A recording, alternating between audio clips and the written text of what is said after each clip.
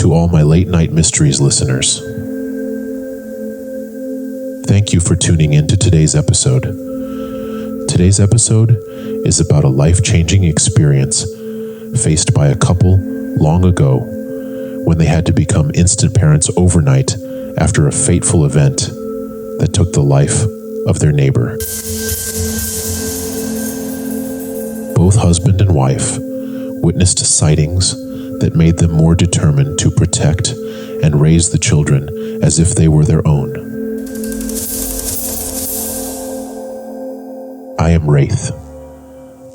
This is Late Night Mysteries. You are listening to Listener's Tales Edition.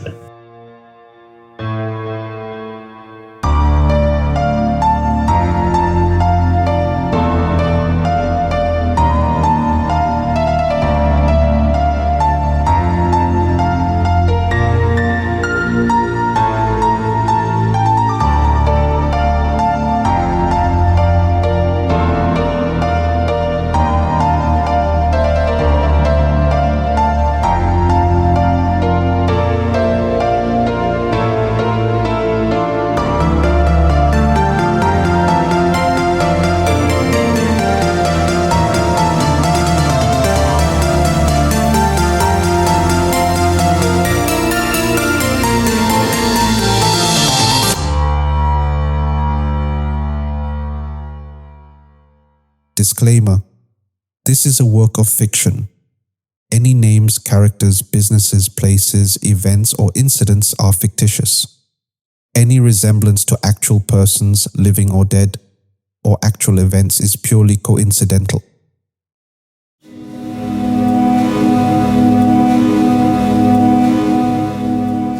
For today's episode, Mateen will read our listener's email. Hand over to you, Mateen. Thank you, Wraith. Hi everyone, I'm Martin. In today's episode, I will read our listener's email who had shared with us. Usually, when there is a death in a remote village, burial should be expedited as soon as possible. Some burials can be done quickly and without any hitch.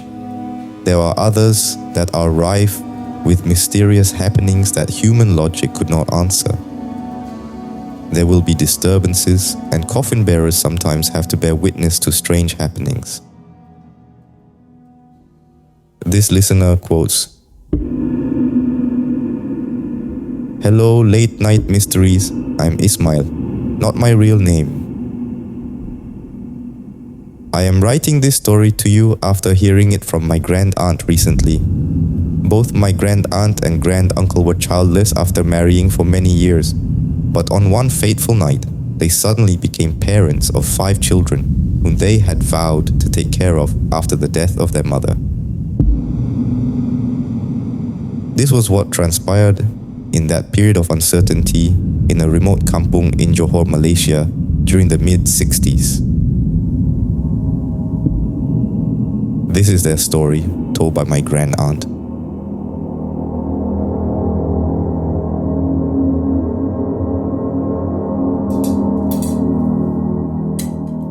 It was a chaotic evening that ended in tragedy that day. Grand aunt was cleaning the dishes after dinner when their neighbor's eldest child knocked urgently at their door, disrupting grand uncle's routine cup of afternoon coffee. He answered the door where the 11-year-old was panting slightly after the short run from his house to convey that his mother was in labor. Without question, grand uncle quickly grabbed his bicycle and went off to fetch the village's midwife to attend to our neighbor's needs. Grand aunt quickly ran out with the boy to his house and found a disheveled Rosny on the floor, her face grimacing in pain as she panted laboriously. Grand aunt made Rosny feel comfortable while instructing the children to prepare what the midwife might need. To grand aunt's relief, grand uncle returned shortly after with Maktima, the midwife. Maktima quickly set to work while ushering Rosny's 5 children out of the bedroom. Grand Aunt helped Maktima with Rosny's labor throughout the afternoon, hoping she would pull through. She thought Rosny would be able to make it since this was her 6th pregnancy after all.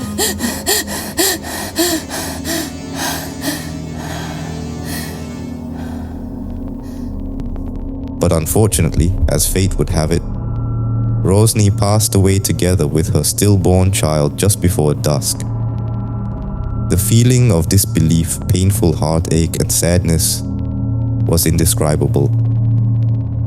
Looking at the faces of her 5 children, who had suddenly lost their mother within months after the death of their father, was enough to wrench anybody's heart.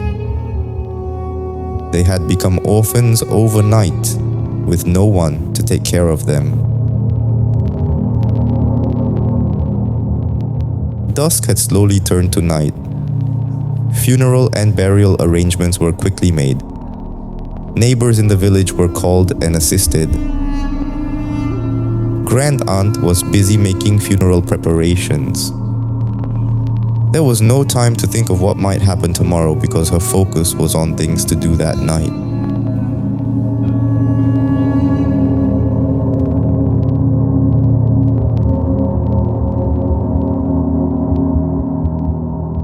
After the burial before midnight, Grand Aunt and Grand Uncle cleaned up the late Rosny's home and ensured that all 5 children were asleep. Exhausted, both of them finally had a moment to themselves as they sat in the kitchen. Then Grand Uncle told Grand Aunt something that made her hair stand rigidly at the back of her neck. Grand Aunt had heard the unsettling, hushed whisperings among the neighbors when they returned from the burial, but was too busy to pay attention. But this time, hearing the story from her husband made her more determined to protect Rosny's children no matter what happened.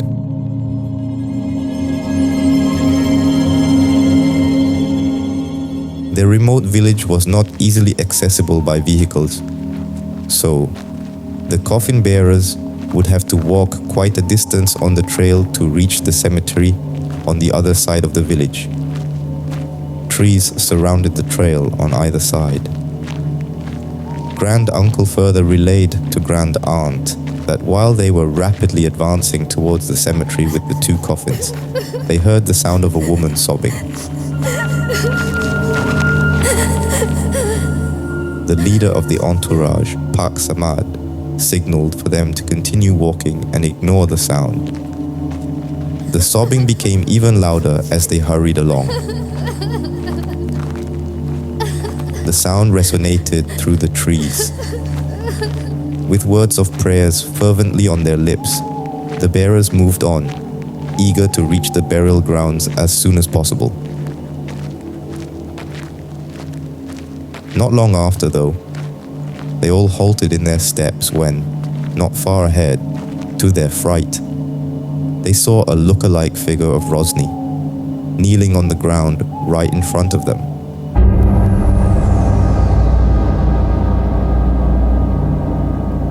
She had an eager look on her face, with large, almost protruding eyes, and smiling creepily at them. Her gown was soggy as she kneeled there on the wet, muddy track. What made it even scarier was that despite her crazy, smiling face, the sound of her crying could still be heard around them. Pak Samad stared at the creature, said a few verses of prayers, and signaled for them to continue walking as he made a slight detour around a bush to avoid the kneeling entity in the middle of the trail.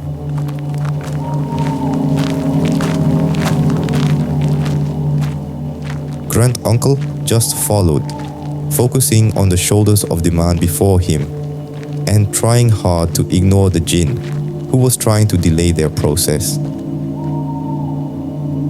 Fortunately, the burial rites were performed without any interruption, although my grand-uncle swore that he could still hear the soft strains of Rosni's crying behind them.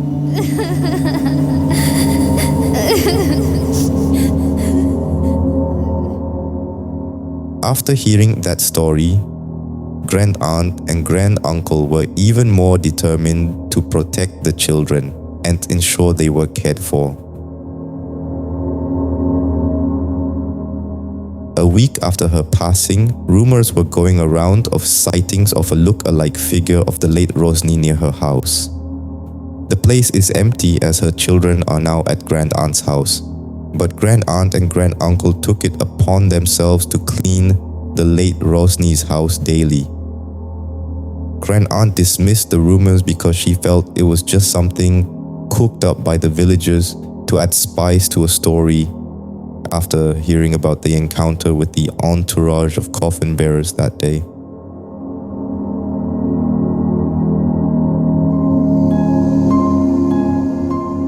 One night something happened that made grand-aunt shook with fright, yet overcome by sadness simultaneously. She remembered that it was an unusually warm night. Grand-uncle had gone to the next village for an errand and had stayed there for the night. She had laid out a mat in her living room and had promised the children to sleep with them. She told them stories and played with them until, one by one, they fell asleep out of exhaustion. She doesn't remember when she had dozed off, but she remembered being awakened by what she felt was like a cloth being swept softly across her face.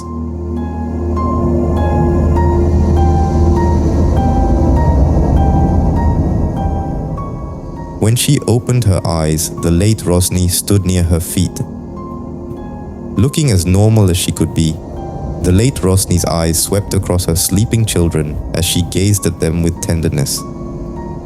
She then turned to grand-aunt, nodded her head once and smiled as if she was satisfied with what she had seen. At that moment, her youngest child stirred and turned in her sleep. Grand-aunt gently patted the girl's shoulders and lulled her back to sleep. When grand-aunt turned, she saw the late Rosny walking through the wall near the front door.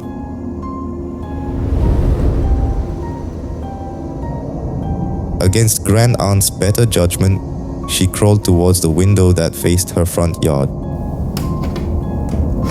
Slowly, she creaked open the window pane and saw the late Rosny walking away. As grand-aunt's eyes adjusted to the darkness, she saw, to her horror, that the late Rosny's back was full of blood as it gushed down her soggy gown.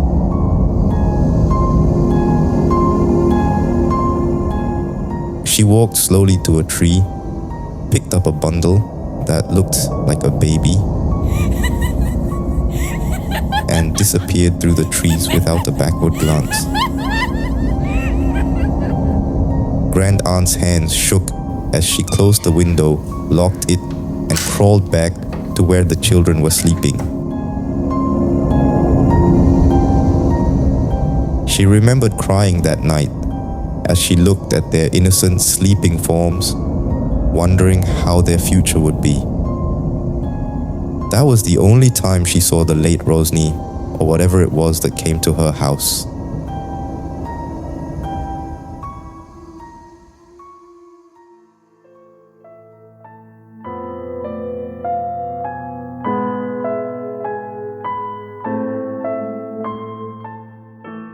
The next few months saw them adjusting their lives to fit in all 5 of the late Rosny's children, as they had no one else to care for them. No relatives came forward to take charge. Grand-aunt and grand-uncle took it upon themselves to care for them. They had no children of their own, and the presence of the late Rosny's children was a blessing. The late Rosny had raised them to be polite and well-behaved, so grand-aunt had no problem looking after them. The months quickly turned to years, and before Grand Aunt knew it, the youngest of the late Rosny's children was now a grown woman with a family of her own. As legal guardians, Grand Aunt was proud that they had succeeded in life. The late Rosny would be proud of how they had turned out to be. They now live in a bigger house bought by the late Rosny's eldest child in the city, Johor Bahru. They had promised to take care of Grand Aunt and Grand Uncle as they entered the twilight of their years. Grand Aunt tells this story to convey to us that kindness begets kindness. She did not expect any reward for caring for them, but Allah is the best of planners. Grand Aunt and Grand Uncle raised the children as theirs, and in turn, the children treated their guardians with nothing but respect. They have lived a long and fulfilling life, and Grand Aunt wished for nothing but the best for them.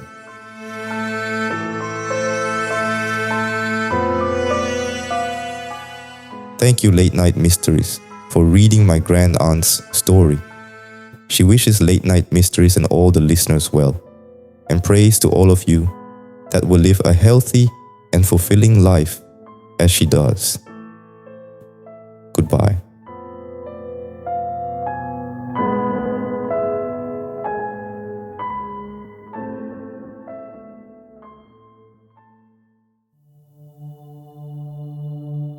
If you do things sincerely, without ill intent, you never know what life might present to you. The couple in the story had taken it upon themselves to take care of the children with an uncertain future despite unnatural sightings by jinns. Determined to disrupt mortal lives, we hope each one of us learns a thing or two from this.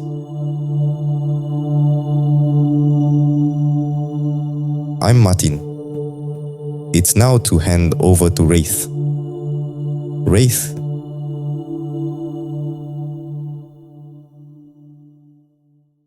Thank you, Martin. So guys, if you want to drop us feedback or have any stories to share, email us at latenightmysteries@gmail.com.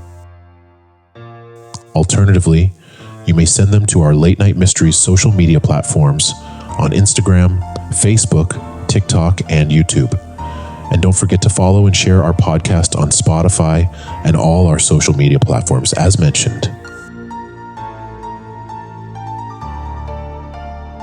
Once again, I am Wraith. Thank you for listening, and I will see you on the next episode of Late Night Mysteries.